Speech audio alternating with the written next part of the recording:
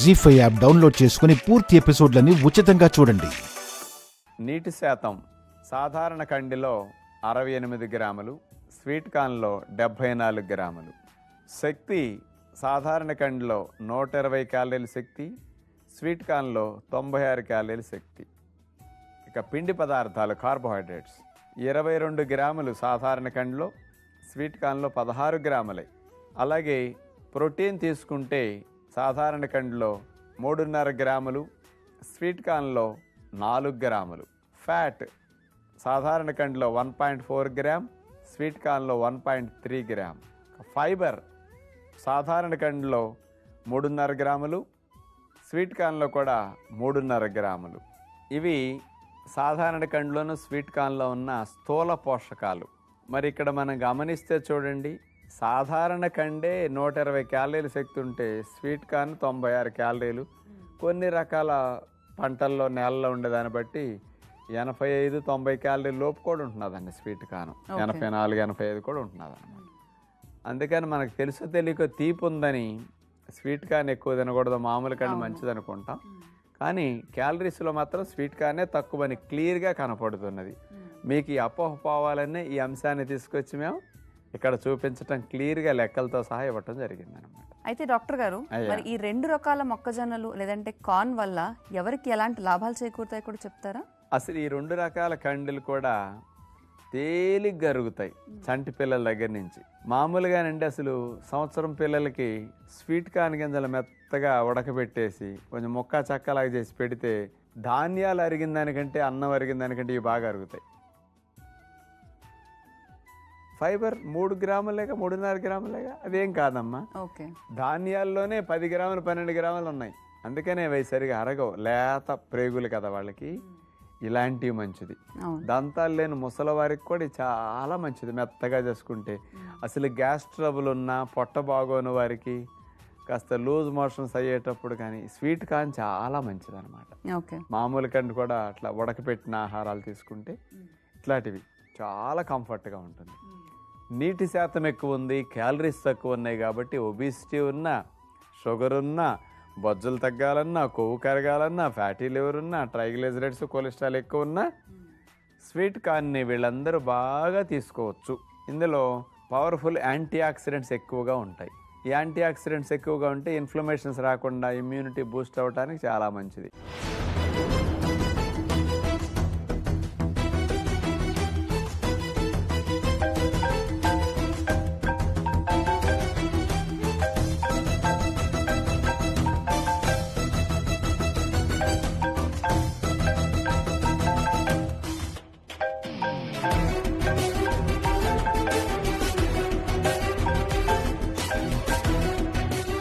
Hello, పూజ అయిపోయిందా? ఎవరు? Shadow. ఏంటి? నీ భర్త బాగుండాలని పూజ చేస్తున్నావా? అవును. గ్యారెంటీ ఉందా?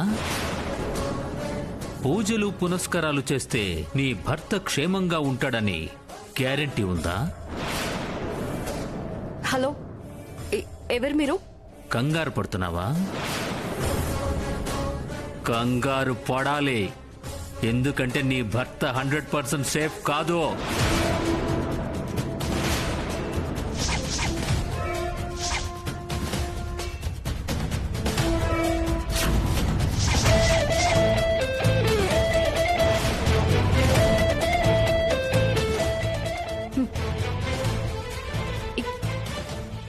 ఎవరు? ఏం కావాలి నీకు? ఇదిగో ఇప్పుడు నీ వాయిస్ లో వణుకుందే, అదే కావాలి. నీ కళ్ళల్లో భయం నేను చూడాలి. అది చూడాలంటే నువ్వు ఎదురుగా రావాలి. ఫోన్లో కనపడదు కదా. I like it. భయాన్ని దాచడానికి ధైర్యాన్ని నటిస్తున్నావు అంతేనా రాధిక? నా పేరు? పేరేంటి? కంప్లీట్ బయోడేటాతో పాటు నువ్వు నీ మనసు అనే పెన్ డ్రైవ్ లో దాచుకున్న సీక్రెట్ డేటా కూడా నా బ్రెయిన్ అనే సిస్టంలో ఫీడ్ అయ్యింది.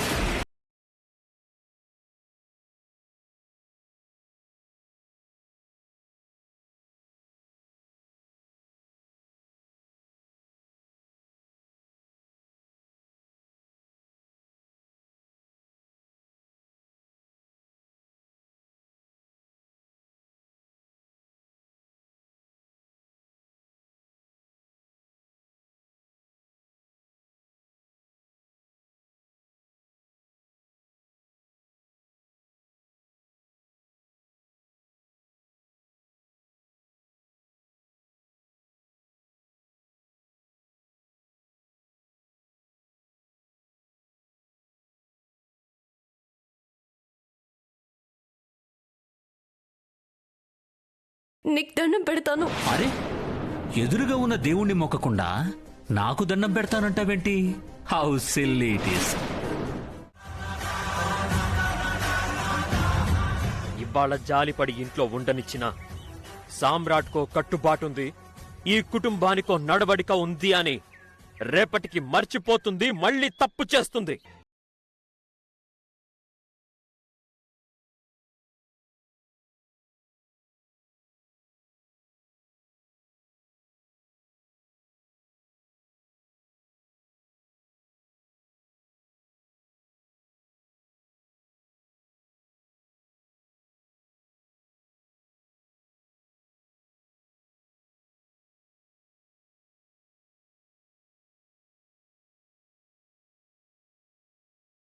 తెలియదు, కానీ సాటి ఆడపిల్ల గదొక్కటే చూస్తున్నా. శాన్వి మీద మీకు అనుమానం ఉంది, కానీ నాకు నమ్మకం ఉంది.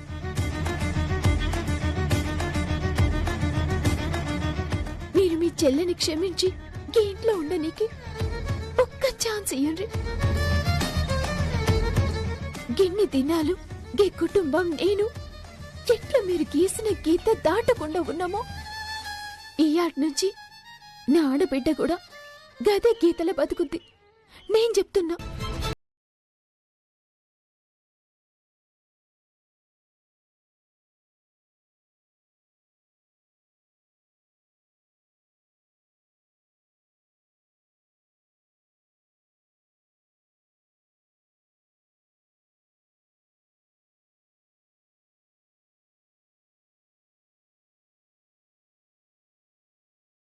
తల తెగి పడుతుంది.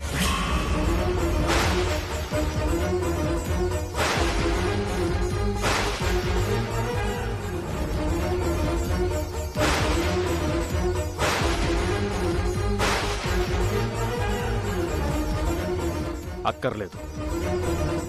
నీ ఆడపడుచు మనసు మారినా, తన మెదడు తప్పుగా ఆలోచించినా, తన వల్ల నాకు ఈ ఇంటి గౌరవానికి రవ్వంత భంగం కలిగినా, తను నా ఆలోచన వెంట నడవకపోయినా, తనతో పాటు నువ్వు ఈ ఇంట్లో నుంచి, నా లైఫ్లో నుంచి వెళ్ళిపోవాలి.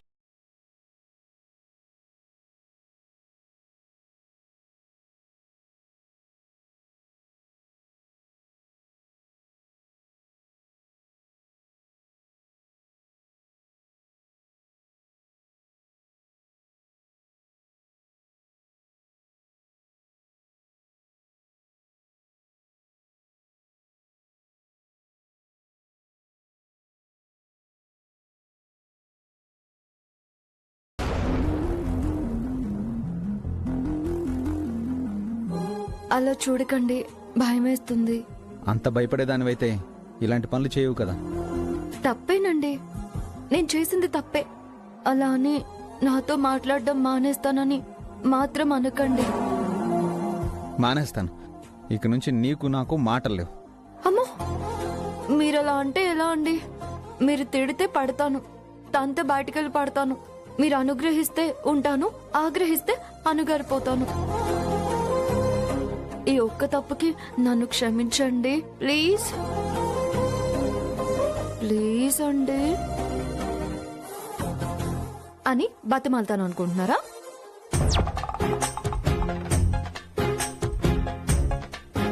ఏంటే ఏకపాత్ర అభినయం చేస్తున్నావు? లేకపోతే పేకాట్లో ఆస్తులు మొత్తం పోగొట్టుకున్న వాళ్ళ ఏంటా ఫేసు? ఆస్తులు కాదు, నీ మూలంగా నా రెప్యుటేషన్ పోయింది. ఇవాళ నువ్వు చేసిన పనికి నా పరువు పోయింది. ఆ మాటే అనొద్దు అని చెప్తున్నా. మీరు బాధపడితే నాకు ఇష్టమా? మరి అలాంటప్పుడు వాళ్ళ దగ్గరికి ఎందుకు వెళ్ళి జాయిన్ అయ్యావు? అదే ఎందుకు జాయిన్ అయ్యాను అని ఒకసారి ఆలోచించొచ్చు కదా. చూడండి, ఏ భార్య అయినా తన భర్త ఉన్నతమైన స్థానంలో ఉండాలనే అనుకుంటుంది. అందరూ తనని పొగడాలనే కోరుకుంటుంది, అంతేగాని బాధపడేలా చేయాలనుకోదు. మరి అలా అనుకునేదానివి అక్కడికి ఎందుకు వెళ్ళావు? ఇంత జరిగినా నీకే మాత్రం బాధ లేదు కదా? బాధ లేదా? నిజానికి జరిగిన దానికి మీకంటే ఎక్కువ బాధపడుతుంది నేనేనండి. మరెందుకు ఇలా చేస్తున్నావు? ఏమీ చేయకుండా మీరిక్కడ బాధపడుతూ కూర్చుంటే, మీకు తోడుగా పక్కన కూర్చొని నన్ను బాధపడమంటారా? కష్టం ఎవరికి రాదండి.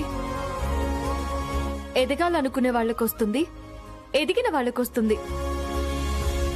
కష్టం వచ్చిందని బాధపడుతూ కూర్చుంటే కష్టాలు పోవు కదా. అందుకే నేను అక్కడ జాయిన్ అయ్యాను. అంటే ఏం చేస్తున్నావు? నేనెందుకు చెప్పడం, మీరే తెలుసుకునేలా చేస్తాను. వాళ్ళేంటో మీరేంటో అందరికీ తెలిసేలా చేస్తాను. ఈ గుండమ్మ వేసే ప్రతి అడుగు వెనుక ఒక ఆలోచన ఉంటుంది. మాట్లాడే ప్రతి మాటకి ఒక లెక్క ఉంటుంది. డైలాగులు చెప్తున్నావు కానీ విషయం ఏంటో చెప్పడం లేదు. త్వరలో మీకే తెలుస్తుంది. జరిగిన దాని గురించి ఆలోచించి బాధపడుతూ కూర్చోవడం బాలేదండి. ముందు పాలు తీసుకోండి. నాకేం అవసరం లేదు. లేదు కాదు అనే డైలాగులు నాకు నచ్చవు. ఇచ్చినప్పుడు బుద్ధిగా తాగాలి. తాగండి. తాగకపోతే ఏం చేస్తావు? అంటే నేనేమైనా చెయ్యాలని ఎక్స్పెక్ట్ చేస్తున్నారా? ఇదిగో ఆ వంకర డైలాగులే వద్దు అనేది. పోనీ నన్ను తాగించమంటారా? పట్టండి. ఏయ్, వద్దు. అయ్యో తాగండి. వద్దు. తాగండి. ఏంటి దమయంతి ఇంత కోపంగా వెళ్తోంది? ఎక్కడికి వెళ్తోంది? దమయంతికి ఇంత కోపం రావడానికి కారణం ఏమై ఉంటుందప్పా? అమ్మా, ఏమైంది? ఏదో ఆలోచిస్తున్నారు. పల్లవి, దమయంతి ఎవరితో అయినా గొడవ పడిందా? అదేం లేదమ్మా. వదిన ఏమైనా గొడవ పడితే మన ఇంట్లోనే కాకుండా బజార్ వాళ్ళకు కూడా తెలుస్తుంది కదా. అడిగిన దానికి మాత్రమే సమాధానం చెప్పు.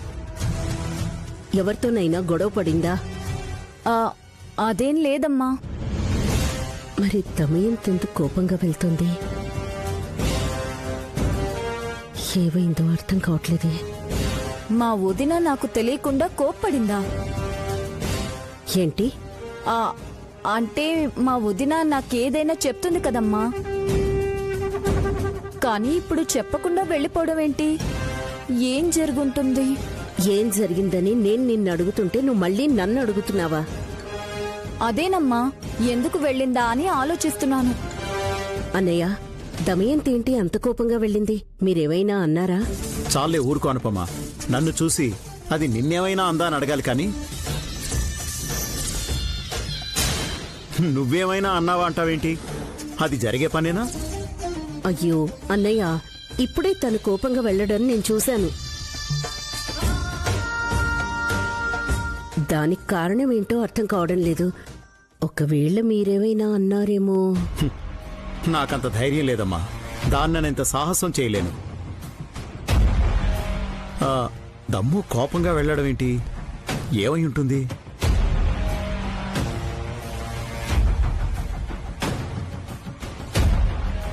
పల్లవికి తెలీదు, మీకు తెలీదు. మరి ఎవరికి తెలుసు? ఎవరికేం తెలియకపోయినా దాని సంగతి అందరికీ తెలుసు కదమ్మా.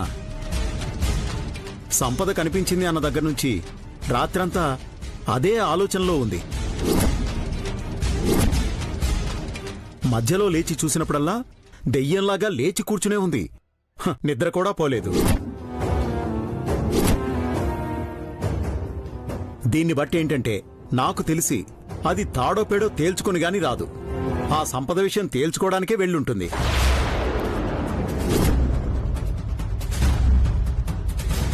అదేంటన్నయ్య అలా అంటారు? తన ఆవేశంగా వెళ్ళింది. సంపద సంగతి మీకు తెలుసు కదా. పొరపాటునేమైనా జరగరా అంది జరిగితే? మీరంత కంగారు పడాల్సిన పని లేదమ్మా. ఇదిగో నేను వెళ్తున్నా.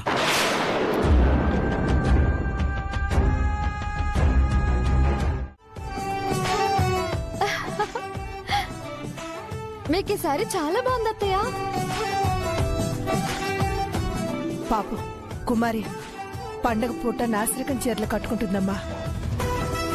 మీరేం బాధపడకండి అత్తయ్య. నా తోబుట్టు లాంటి కుమారిని నలుగురు మెచ్చుకునేలా చేస్తాను, కానీ నలుగురు చిన్న చూపు చూసేలా చేస్తానా?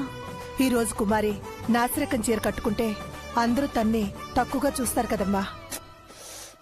నేనుండగా అలా జరగనిస్తానా అత్తయ్య? ఇందాక వాళ్ళకి బుద్ధి రావాలని అలా మాట్లాడనే తప్ప కోపంతో ఏం కాదత్తయ్య. ఇందాక 2 కాస్ట్లీ చీరల్ని బోన అత్తయ్యకిచ్చి తయారు పిన్నికి కుమారికి ఇమ్మని చెప్పాను.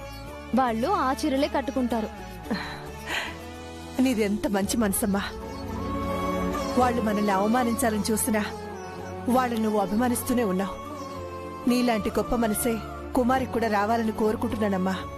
కుమారి కూడా మనిషే కదత్తయ్య, మనుషులన్నాక మారతారు.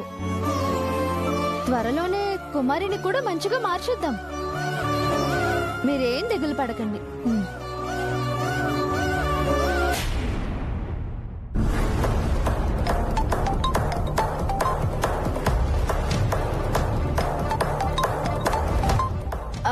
అత్తయ్య ఒక నిమిషం. హలో గీత. మేడం, అబ్జర్వ్ చేశారా మేడం? లేదు గీత, నీకేదైనా సోర్స్ దొరికిందా? చాలా ఇంపార్టెంట్ సోర్స్ ఉంది మేడం. నేను సురేష్ పెళ్లి చేసుకున్నాక కొన్ని నెలలు, అంటే సురేష్ నాకు మొహం చాటేసే వరకు ఒక ఇంట్లో రెంట్కున్నా మేడం. ఆ ఇంటి ఓనర్ కమలమ్మ గారికి మా గురించి బాగా తెలుసు మేడం. కోర్టులో ఆమె సాక్ష్యం చెల్లుతుందా మేడం? ఎందుకు చెల్లదు గీత?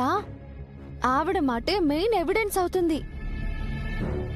అయితే ఆవిడ కోర్టుకొచ్చి సాక్ష్యం చెప్పేంత వరకు ఆవిడ గురించి బయట ఎవ్వరికీ చెప్పొద్దు. సరే మేడం. కాకపోతే కమలమ్మ గారు కోర్టుకొచ్చి సాక్ష్యం చెప్తారో లేదో అని భయంగా ఉంది మేడం.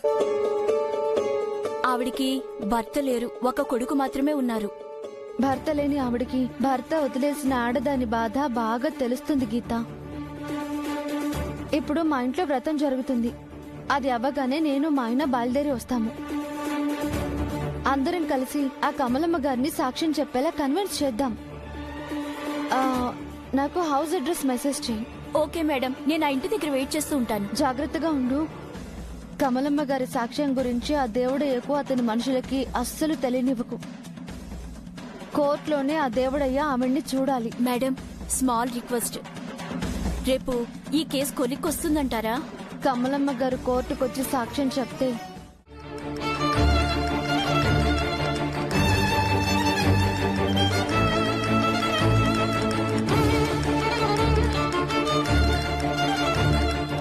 చైత్ర అక్కడ ఏం చెప్పు వదిలిపెట్టొచ్చావు?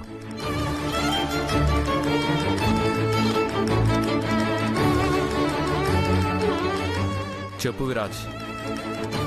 తన గమ్యం, తన దారి ఇది కాదని తన దారి తనకి చూపించి అక్కడ వదిలేసి వచ్చానన్నయ్య.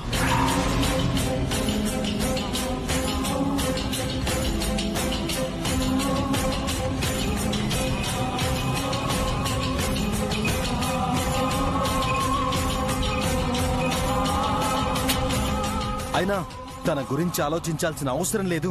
నువ్వు ఆలోచించేంత ఉన్నతమైన వ్యక్తిత్వం కూడా తనది కాదు.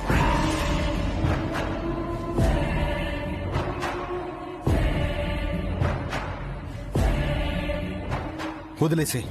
వదిలేయాలా? ఏం వదిలేయాలి విరాజ్? మనం వదిలేసిన ఆడపిల్ల తను వదిలేస్తుందా? తన కుటుంబం వదిలేస్తుందా? ఇది ఇంతటితో ఆగిపోతుందా? ఏం జరిగిందో చెప్పు విరాజ్. సమస్య ఏంటో తెలిసినప్పుడే కదా దాన్ని పరిష్కరించగలం. అవునరా చిన్నోడా, ఏం జరిగిందో చెప్పకుండా ఆడపిల్ల మెళ్ళలో తాళి కట్టేసి తప్పు చేసింది ఇదే శిక్ష అంటే ఎవ్వరూ సమ్మతించరు. 3 ముళ్ళు వేశావంటే 7 జన్మల వరకు తనకు తోడుగా ఉంటానని ప్రమాణం చేసినట్టే నాన్న. బామ్మ,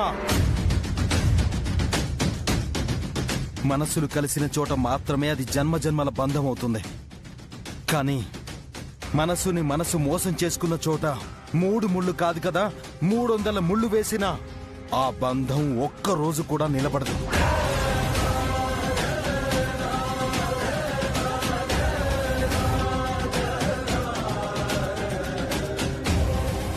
చైత్ర మెడలో నేను వేసిన దాన్ని సమాజం తాలి అన్నా, నేను దాని మెడలో వేసిన పసుపు రంగు తాడు మాత్రమేనంటాను.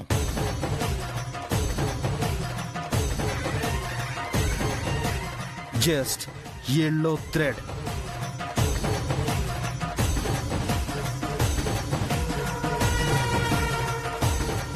ఇది బంధం అని అందరూ అన్నా, నేను విధించిన శిక్షకి అది బందీగానే ఉంటుంది. అండ్ అది చేసిన తప్పుని అది అనుక్షణం గుర్తు చేస్తూనే ఉంటుంది. విరాజ్, తప్పు తప్పు అంటున్నావు. అసలు ఆ తప్పేంటో చెప్పు. అది చెప్పకుండా ఒకరిని వేలెత్తి చూపించడం కరెక్ట్ కాదు. ఏం జరిగింది విరాజ్? అది అన్నయ్య, పొరుగు దిష్టి, ఇంట్లో వాళ్ళ దిష్టి, నా దిష్టి, ఊళ్ళో వాళ్ళ దిష్టి, అందరి దిష్టి పోవాలి. తూవను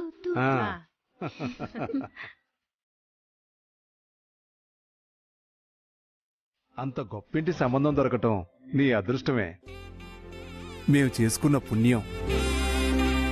బంగారం, గొప్ప జాతకురాలివే. అందుకే అష్టలక్ష్ములున్న ఇంటికి మహాలక్ష్మిలా వెడుతోంది. నా అదృష్టం, నీ పుణ్యం అన్ని వైశ్యునే అమ్మా.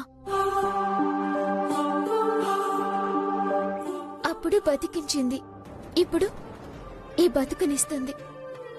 వైశ్యు లేకపోతే ఇవాళ మన ఇంట్లో ఇంత సంతోషం ఉండేది కాదు.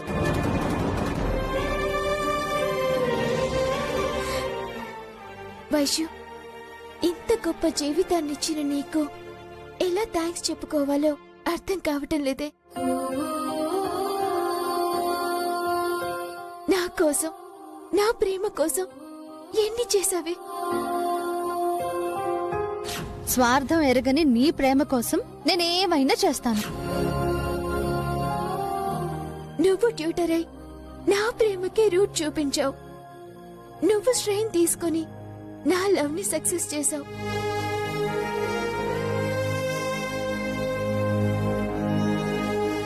నన్ను ఎన్నో విషయాల్లో అమ్మలా నాన్నలా ఓ ఫ్రెండ్ లా గైడ్ చేసావు. నా జీవితాంతం నువ్విలాగే తోడుండాలి. నీ మంచి మనసుకి నీకు నాలాగే గొప్పింటి కోడలయ్యే యోగం ఆ దేవుడు కలిగిస్తాడే. నాన్న, నా సంతోషాలన్నీ మిథునలో చూసుకుంటాను. అది బాధపడటం నేను చూడలేను నాన్న. దయచేసి నా విషయం దానికి ఎట్టి పరిస్థితుల్లో తెలియనివ్వద్దు.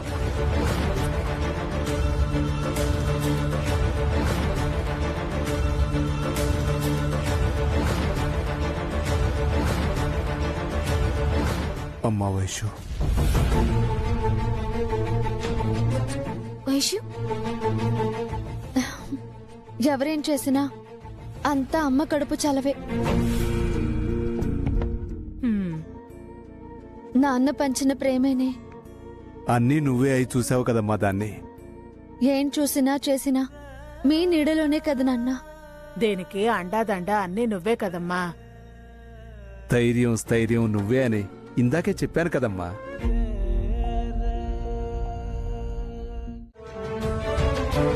ఏంటి ఇంట్లో ఎవరు కనబడట్లేదు? నాకు కల వచ్చినట్టు నిజంగానే ఇల్లు ఖాళీ చేసి వెళ్ళిపోయారా ఏంటి? ఒకసారి లోపలికి వెళ్ళి చూద్దాం. ఒకవేళ నేను అనుకునేది నిజం కాకపోతే ఐశ్వర్య వదిన ఇంట్లో ఉంటే నన్ను చూసేస్తే గొడవ చేస్తుందేమో. ఎలా? హెల్మెట్ పెట్టుకుని వెళ్దాం.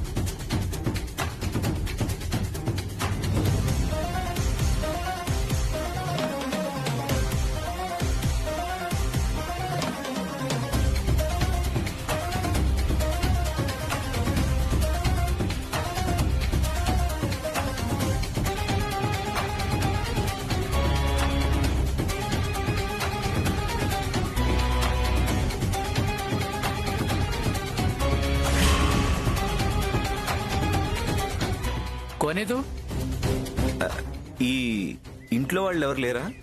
వాళ్ళు ఇల్లు ఖాళీ చేసి వెళ్ళిపోయారు.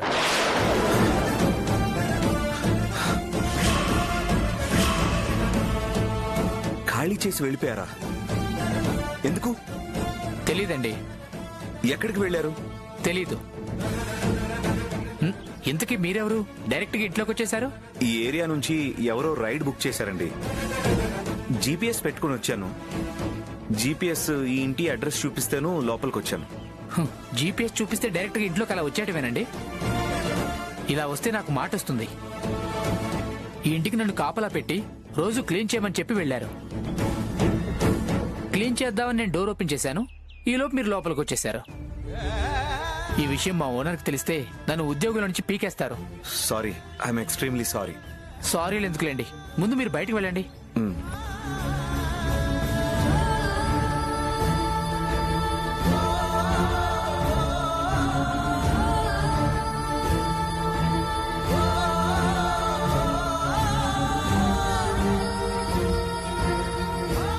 వెళ్ళవయ్యా. సరే.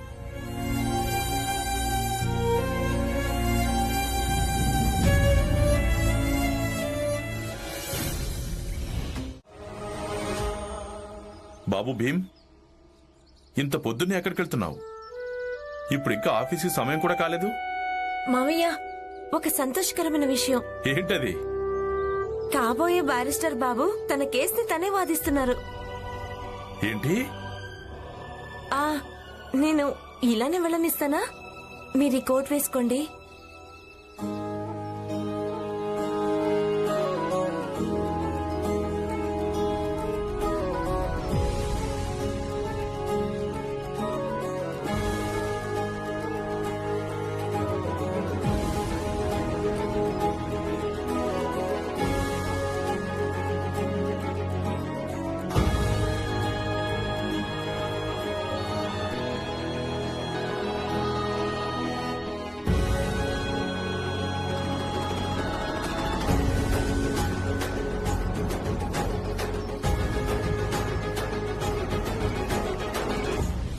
ఇదిగో. ఇక మీరు వెళ్ళండి. మీకు తోడుగా మేమంతా ఉన్నాం. నేను కాకుండా చెప్పాల్సిన అవసరం లేదు, అందరికీ తెలుసు. అందరికీ తెలియదులేండి. ఒకవేళ తెలుసుంటే తను అలా ఎందుకంటుంది? ఒకవేళ మీకు అర్థమైతే కనుక తనకు కూడా కొంచెం అర్థమయ్యేలా బాగా చెప్పండి. ఇక నుంచి అందరి గురించి మాట్లాడినప్పుడు నన్ను అందులో మాత్రం కలపొద్దని. అలాగే, నన్ను క్షమించండి. ఇక నుంచి గుర్తుపెట్టుకుంటాను.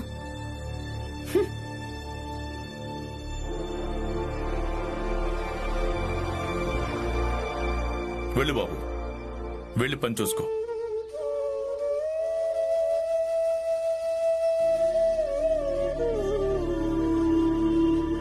పదండి, మనందరం కూడా పని వెతుక్కోవడానికి వెళ్దాం. బతకడం కోసం ఏదో ఒకటి చెయ్యక తప్పదు కదా. అది మరి రోజు చేసేదే కదా మావయ్య. చూడక్క, మనకంటూ ఒక రోజు వస్తుంది. ఆ రోజు మనందరి దగ్గర పనులుంటాయి.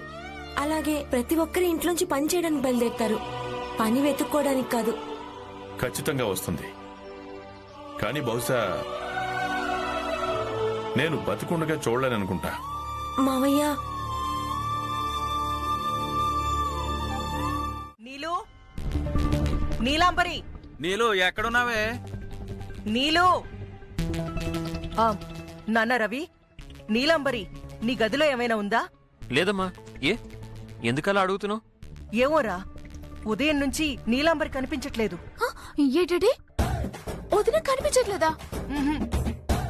బావా, అయితే వదిన అన్నంత పని చేసేసింది. అన్నంత పనా?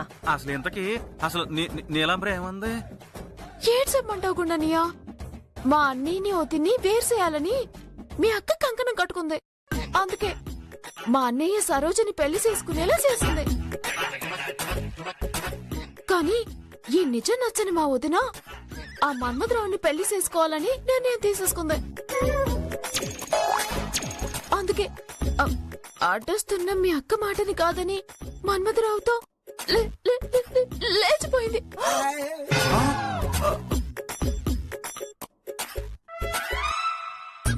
నా కూతురు లేచిపోయిందా? నో, నేను నమ్మను. నీలాంబరి ఎప్పటికీ అలా చెయ్యదు. అమ్మా, నువ్వు నమ్మినా నమ్మకపోయినా నిజం అదేనమ్మా. కావాలంటే వీడియో చూడు. చిట్టి, ఆ వీడియో చూపించు. కాంతమ్మత్త, నీ గుండె బండరాయిలాంటిదని నాకు తెలుసు. కాకపోతే ఇంకొంచెం కట్టేసేసుకోవాలి. అయ్యో చేసుకున్నానే, చూపించు. ఈ వీడియో చూసాక నువ్వు గుండెలు బాదుకొని గుండె నొప్పి తెచ్చుకోకూడదు. నువ్వు కళ్ళు తిరిగి పడిపోకూడదు. ఏహే, ఏంటి నీ ఎదవనసా? చూపించు. అది కాదత్త, అత అత ఇవ్వు.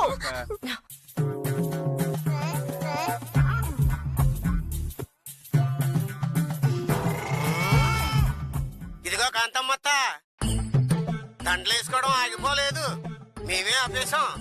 ఎందుకంటే నీకు కూడా కొంత ఛాన్సింగ్ ఇద్దామని. అవునమ్మా, నువ్వు గనక వెంటనే భాస్కర్ ఇంటికి తీసుకురాకపోతే ఇదిగో ఈ ముడతల మన్మధరావుని పెళ్లి చేసుకుంటాను. ఆ తర్వాత నువ్వు ఏడ్చినా ప్రయోజనం ఉండదు. కాదు కూడదని నీలిగావా? నీలంబర్ మెల్లో తాళి కట్టేసి నీ ఇంటికి అల్లుండి అయిపోతాను. ఇదే నీకు ఇస్తున్న లాస్ట్ అండ్ ఫైనల్ వార్నింగ్.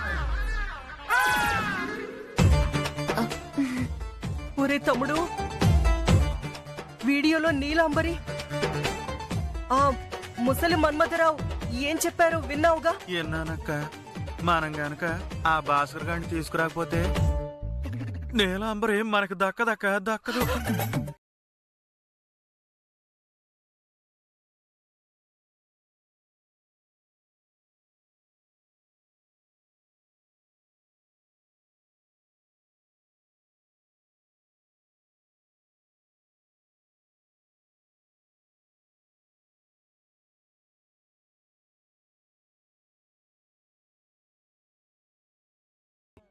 నేను గెస్ట్ హౌస్లో అడిగినప్పుడు ముడుచుకుపోయావు. అంతేకాకుండా పెద్దలు మన పెళ్లిని అంగీకరించే వరకు, నేను అత్తారింట్లో అడుగు పెట్టే వరకు శోభనం క్యాన్సిల్ అన్నావు. మరి ఇప్పుడెలా ఒప్పుకున్నావు? చెప్పండి మేడం. నేను నా మాటకు కట్టుబడే ఉన్నాను. అత్తారింట్లో అడుగు పెట్టే వరకు ఎదురు చూద్దామని అనుకున్నాను. అక్క దగ్గర చాలా ఖచ్చితంగా చెప్పేశాను. కానీ అక్క చెప్పిన మాటలకు మనసుని, నిర్ణయాన్ని మార్చుకున్నాను. రాయిలా మార్చుకున్న మనసుని మంచులా మార్చేసిందంటే ఆ మాటల్లో ఏదో మ్యాజిక్ ఉండే ఉంటుంది. ఏం చెప్పిందేంటి?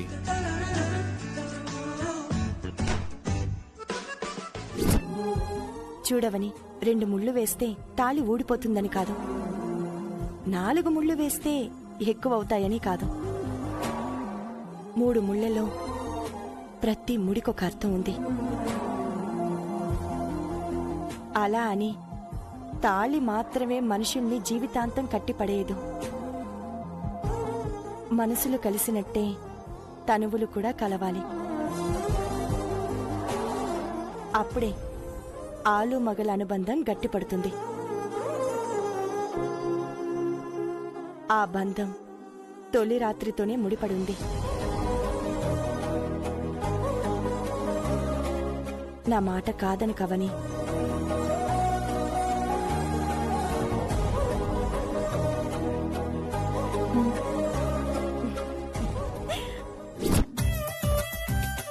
పెళ్ళైన తర్వాత జరిగే ఆ కార్యక్రమంలో సరదాలు తీరడం కంటే ఆడపిల్ల కోరుకుని అన్యోన్యత దొరుకుతుందనుకున్నప్పుడు ఏ అమ్మాయైనా ఒప్పుకుని తీరుతుంది కదా. మరి మీరేమంటారు? మీ అక్క చెప్పింది కన్విన్సింగ్ గానే ఉంది. ఆర్య, ఇది రాజనందిని షోరూమ్స్.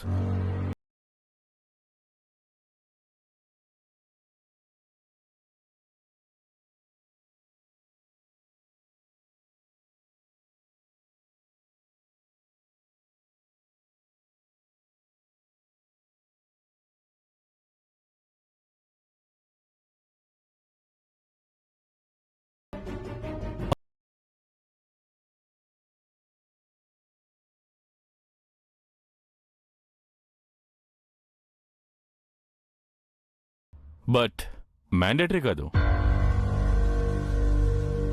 అయినా ఎవరి దగ్గర సైన్ చేయించుకోమంటున్నావు? నువ్వు అనుకునే ఆ జొన్నాబొత్తుల రాజీ దగ్గర?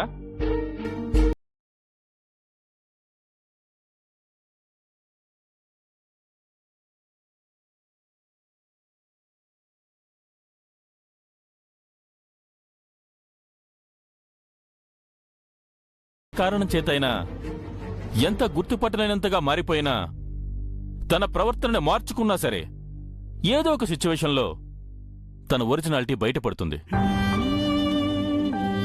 ఆ రాజు వచ్చి ఇప్పటికి 1 వీక్ అవుతుంది. ఈ 1 వీక్లో ఒక్క క్షణమైనా మన అనులా ప్రవర్తించిందా ఎప్పుడైనా? లేదు. పైగా అనులా డీసెంట్గా ఉండమని నువ్వు నేను ఎన్నిసార్లు ఇన్స్ట్రక్షన్స్ ఇచ్చినా సరే తన వే ఆఫ్ యాటిట్యూడ్ మాత్రం మార్చుకోవట్లేదు. తను చేసే సిల్లీ థింగ్స్ వల్ల ఇంట్లో మనం కవర్ చేయలేక ఎన్ని తిప్పులు పడుతున్నాం? ఇదంతా అవసరమా చెప్పు? అవసరమే సండే. నువ్వైనా నేనైనా అంతెందుకు, ఈ ప్రపంచం మొత్తం ఏదో ఒక నమ్మకాన్ని బేస్ చేసుకుని ముందుకు వెళ్తుంది. ఆ నమ్మకం నిజమైనా అబద్ధమైనా దాన్ని బ్లైండ్గా ఫాలో అవడం తప్ప వేరే ఆప్షన్ ఉండదు. ప్రజెంట్ అను విషయంలో నేను అదే నమ్మకంతో ఉన్నాను. నువ్వన్నట్టు తనే అను అనిపించేంతగా ఎలాంటి ఇన్సిడెంట్ జరగకపోవచ్చు, కానీ అట్ ది సేమ్ టైం తను అను కాదనిపించేంత స్ట్రాంగ్ నమ్మకం కూడా కలగడం లేదు. తనతో ఉన్న ప్రతి క్షణం నేను అనులా ఉన్న అమ్మాయితో ట్రావెల్ చేస్తున్నాననే ఫీలింగ్ ఎప్పుడూ కలగలేదు. ఎందుకంటే నేను అను ప్రెజెన్స్నే ఫీల్ అవుతున్నాను కాబట్టి. నీకు ఎంత చెప్పినా నో యూజ్ అని నాకు అర్థమైంది ఆర్య. నీకు రియలైజేషన్ ఎప్పుడొస్తుందా అని వెయిట్ చేయడం తప్ప ఏం చేయలేను. నేను కూడా తనే అను అని రియలైజ్ అయ్యే స్ట్రాంగ్ మూమెంట్ కోసం వెయిట్ చేస్తున్నాను సండే. నువ్వు అలానే వెయిట్ చేస్తూ ఉండు. బొమ్మలు చేయాలన్న ఇదిలో టాబ్లెట్ మర్చిపోయి వచ్చేసానా? ఇప్పుడు చేస్తానా? ఇలా ఉన్న బొమ్మలు చేయిస్తారా? పైకి చెప్పరు గాని మీది బిజినెస్ మైండే. మీకున్న మైండ్ ని అందరికీ ఆపాదించకండి. ఏమండి, అత్తయ్య గారిని ఇంట్లోకి తీసుకెళ్ళండి. అమ్మా అక్షర, వాడి మాటల్ని పట్టించుకుంటావేంటమ్మా? వాడసలు మనిషి లెక్కలోకి వస్తాడా? నేను చేస్తానమ్మా.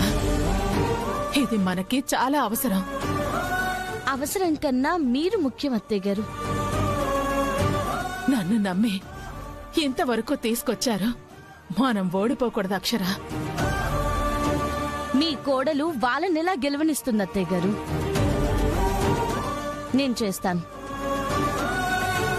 నీకు రాదు కదమ్మా.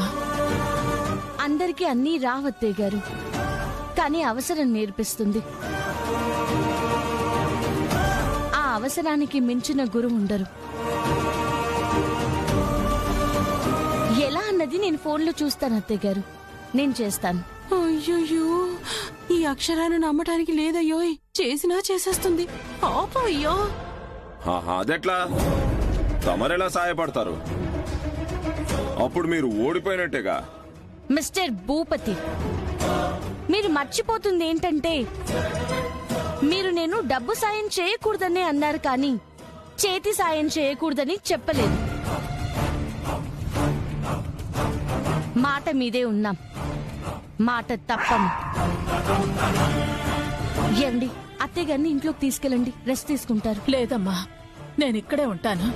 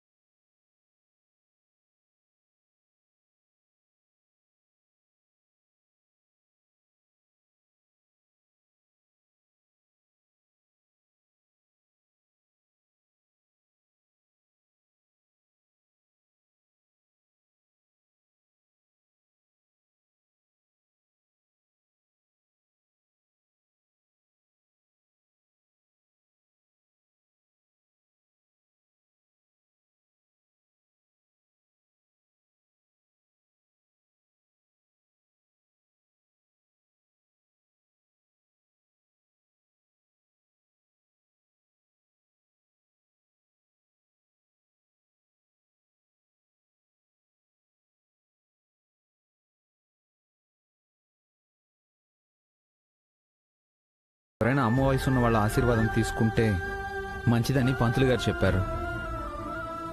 మీరు సమయానికి రాలేదు, అందుకే తను ఎవరి దగ్గర ఆశీర్వాదం తీసుకుంది. ఆశీర్వదిస్తే అమ్మ అయిపోతుందా, అమ్మ వచ్చేస్తుందా? పిచ్చి కాకపోతే. పంతులు గారు, మీరు పూజ ప్రారంభించండి.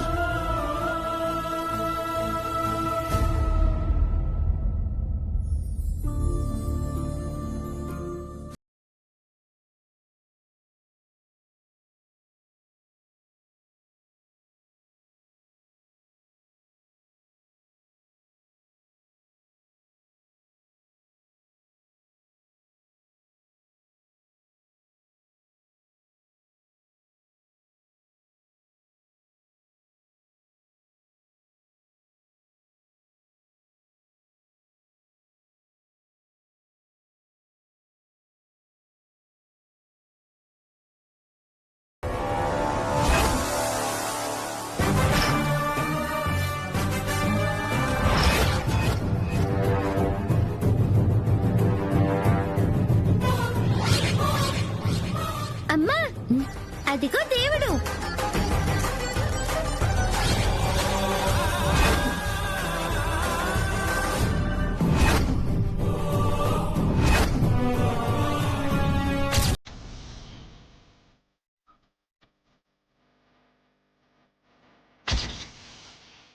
నువ్వు ఎస్ఐ అయ్యేంత వరకు కంటి మీద కునుకు లేకుండా నీకోసం ఎంతైనా కష్టపడతాను.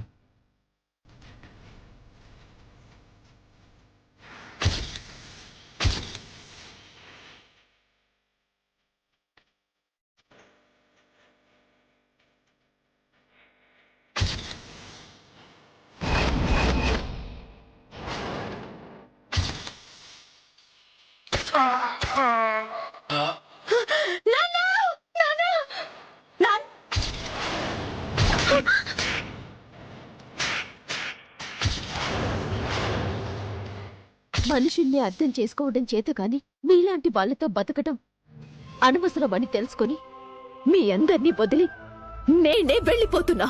నువ్వు ఎక్కడికైనా పో, కానీ నీ కడుపులో ఉన్న నా బిడ్డని, మా అమ్మని నా చేతుల్లో పెట్టి ఎటైనా వెళ్ళిపో. ఎవరికైతే ఎదురు పడకూడదు అనుకున్నానో వాళ్ళ కంట్లోనే పడ్డాను. సూర్య 6 ఏళ్లుగా ఏమైపోయిందో తెలియని సూర్యకాంతం ఈ ఊళ్ళోనే ఉందా?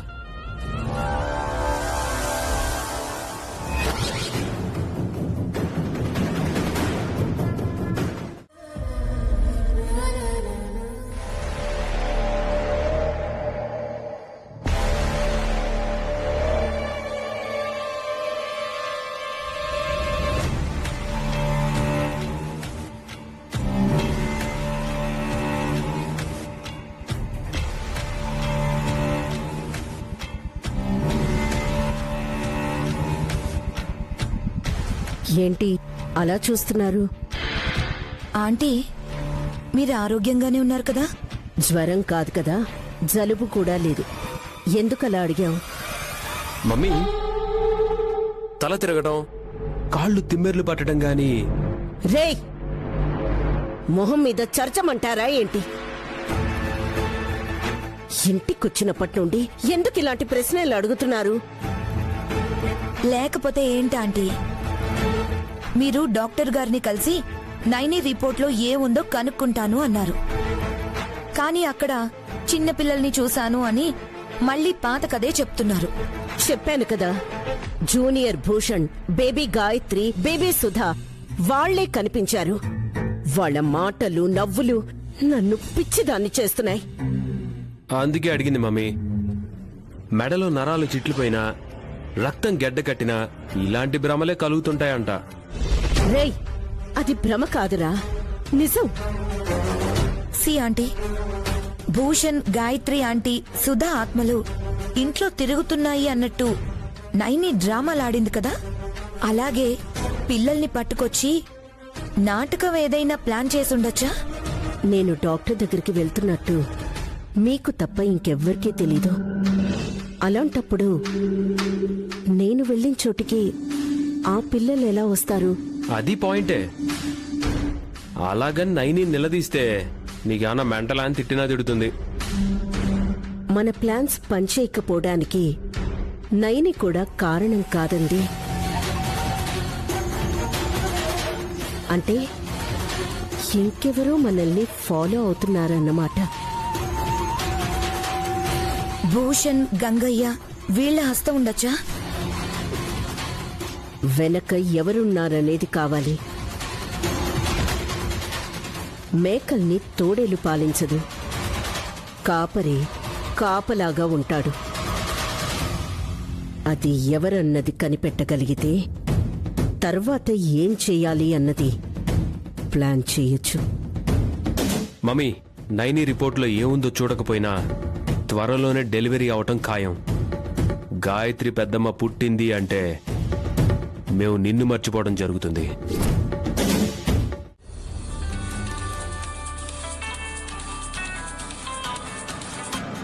హలో సార్, చెప్పండి. వైదేహి గురించి ఏమైనా తెలిసిందా? లేదు సార్, ఇందాకేదో మామూలుగా ఇంట్లో వైదేహి ప్రస్తావన వచ్చిందంతే. ఏంటా ప్రస్తావన? ఏం లేదు సార్, మా దేవాంశ్ ఎప్పుడు పిచ్చోడ్లాగా వైదేహి వైదేహి అంటూ పిలుస్తూ తిరుగుతుంటాడు. దేవాంష్కి వైదేహి గురించి తెలిసే అవకాశం లేదా? తెలియదు సార్. తెలిస్తే ఎంతవరకు ఆగుతాడా? ఎప్పుడూ తెచ్చి ఇంట్లో పెట్టేవాడు. తెలిసిన వాళ్ళందరూ తెలిసినట్టు ఉండాలన్న రూలేమి లేదు. ఆ దేవాంశ్ మీద కూడా ఒక కన్నేసుంచు. వైదేహి గురించి తొందరగా తెలుసుకోవడానికి ట్రై చేయి. అలాగే సార్. కానీ ఎందుకు సార్ వైదేహి వైదేహి అని వైదేహి వెంట పడుతున్నారు? నోరు మూసుకొని చెప్పింది మాత్రమే చేయి. అలాగే సార్. కానీ జానకి మీద ఎందుకు అటాక్ చేశారు సార్? జానకిని మాత్రం ఏమనొద్దని ఆ చంచల మేడంకి చెప్పండి సార్. మన అగ్రిమెంట్ ప్రకారం చెయ్యమన్నది చేసి నీకు కావాల్సింది నువ్వు తీసుకో. వేరే మ్యాటర్స్ లో ఇన్వాల్వ్ అయితే పోతావు. Okay sir.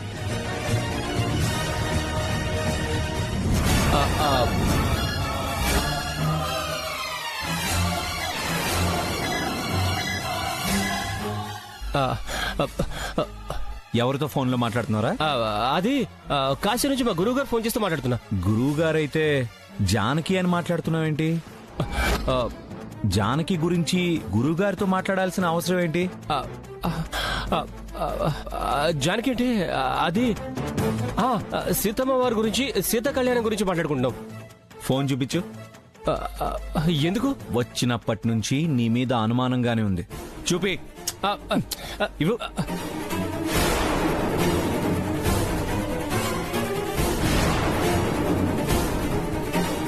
లాస్ట్ కాల్ స్వామి. ఎవరి స్వామి? స్వామి చిదానంద స్వామి, మా గురువు గారు. ఒకసారి మీ గురువు గారితో మాట్లాడదాం.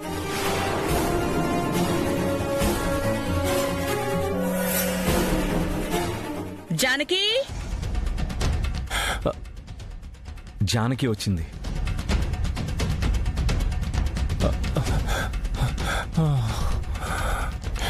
అమ్మయ్యా, సేఫ్ సైడ్ మినిస్టర్ పేరు స్వామి అని సేవ్ చేసుకున్నాం కాబట్టి సరిపోయింది.